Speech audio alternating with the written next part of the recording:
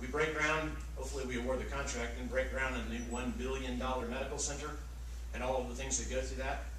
We're working hard to sustain the projects and programs that help make that bigger and better, like encouraging partnerships with Texas A&M University of Central Texas, the tremendous, unwavering, unparalleled support we get from Central Texas College in support of our nursing programs, medical technologists, medical administration, medical assistants, and all the other things that go with that. And so we're working hard to make the medical center not just something on Fort Hood, but make it a community-enriching project that really reaches out into all of our communities and develops economic opportunities and real estate opportunities and professional and education opportunities for our soldiers and civilians and family members in our community. Okay, that's in the sustained business, and there's many, many more. That's just a brief outline. It's our task to prepare soldiers and units for deployment, both as individuals as well as units from platoons in some cases. You know, we had a postal detachment from the 502nd Human Resources Company. I didn't even know what one of those was until I came to this job. But we had that platoon-sized organization under the, undaunted command of a second lieutenant in Haiti as part of earthquake relief. The rest of her company back here, the 502nd Human Resources Company, was back here preparing in their own Army Force Generation cycle to go to combat operations in Afghanistan. Now, we couldn't have done that 10 years ago. We couldn't have done that 5 years ago. But here we have units who now understand this notion of an expeditionary deployable army who are working hard in those kinds of deployment cycles to be prepared as individuals and units to execute operations on behalf of all of us. That's what we do. Our Corps headquarters is another great example of that. General Cone and the Corps staff, minus a few of us, are over there at about 850 strong, serving as the CORE Corps of United States Forces Iraq. General Cone serves as the Deputy Commander for Operations, executing stability operations. And I've told many of you this before.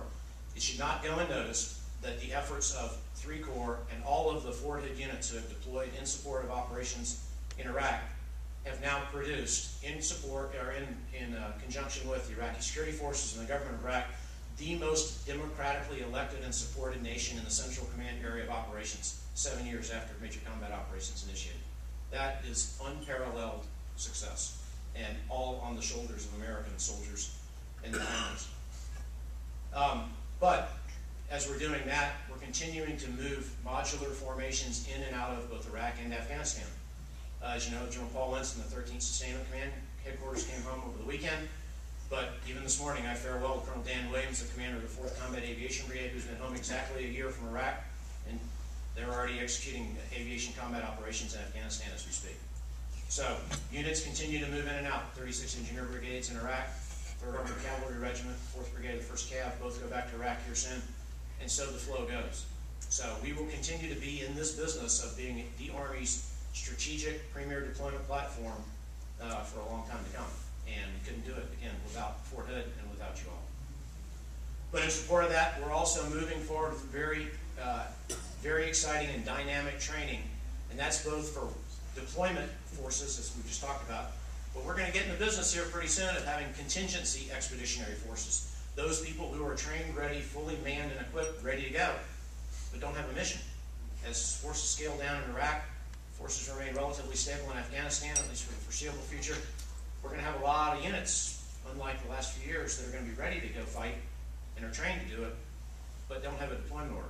But they got to be ready to do it. And so we sustain their training much as we used to before the war started, and we do it through the wonderful facilities we have, like the Digital Multipurpose Range Complex, the initiatives out in our training areas. We've gone to different ways to do physical training. As many of you know, it's one of my passions. And we're working on a program now, I'll help socialize this one, the Phantom Objective Warrior. Building warrior athletes through better nutrition, better physical training, and keeping the warrior ethos as the mindset. And we're working hard on that with the leaders now. And it's exciting to see. Battalion Avenue during PT now it looks like giant, massive chaos. But it's great. It's really great. And if any of you who were there for the Combatives Tournament last Thursday, if you weren't excited about that, people pay thousands of dollars to go to Caesar Palace to see guys fight, and they don't see better fights than we had our soldiers fighting. And by the way, when somebody gets knocked down in our combatives, his opponent helps him up and hugs him at the end. That's great American soldiers. And we're doing all kinds of other wonderful work through the counter improvised explosive device initiatives. and everything else out there. So Fort Hood is a dynamic training post to prepare soldiers and units for combat. But when we come back from combat, we're in the reset, and we have to take people and equipment and get them back in fine fighting shape to do that. And we do that. We have to posture our forces for future operations. It's in a great partnership with Army Materiel Command, Human Resources Command, and several others that we do that. But we have to do it to the right standard, and the right standard is a hard thing to achieve. And this is one of those that really does take a village to do. And so we're learning to get smarter in how we do business. We're learning to get smarter at how we take a unit's available time at home and give them the right equipment to get ready for the appropriate mission, rather than bringing them back and giving them everything they're supposed to have by their table of organization. Maybe they don't need everything that they're supposed to have because they have a different mission, like the advise and assist operations in Iraq.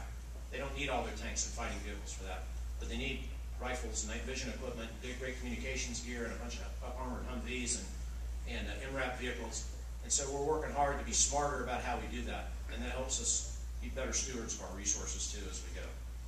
And reset's an interesting thing, especially for the older soldiers here. We take everything from a rifle and a pistol and a radio and a telephone all the way up through a tank, and we completely rebuild those things when they're home, when they're dwell. Reset's a big deal, and it's a great way to do business for this notion of a deployable expeditionary army. That's going on all over Fort Hood all the time for that 180-day period when soldiers are first back from deployment. And that 180-day period is an important one because that's when we really want to reset people too. That's when we send soldiers to school.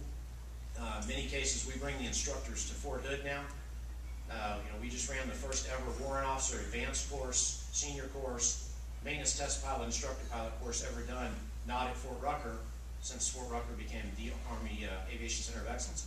They came here to us.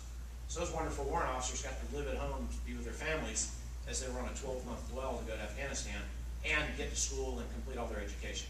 We've been doing that in the non-commissioned officer education business, and it pays huge dividends. And we couldn't do it, again, without the support CTC gives us, with instructors and classroom space, and without the ability to bring those people here and use the resources of Fort Hood. So people reset's a big deal, and our soldiers and family members deserve that, and the ability to take a little bit of a pause while continuing their reset and getting ready for future operations. Okay, and the last one is transform. Again, shouldn't go unnoticed that the Army's been at war for almost 9 years now, and we have fundamentally transformed the Army from a division-centric to a brigade and brigade combat team-centric force while doing it. And by the way, we've introduced hundreds of new pieces of equipment, new training methodologies, new education opportunities, done all of this transformation while in contact in 2 theaters of war and multiple other operational contingencies. Again, pretty unheard of by any time in our Army. And so we're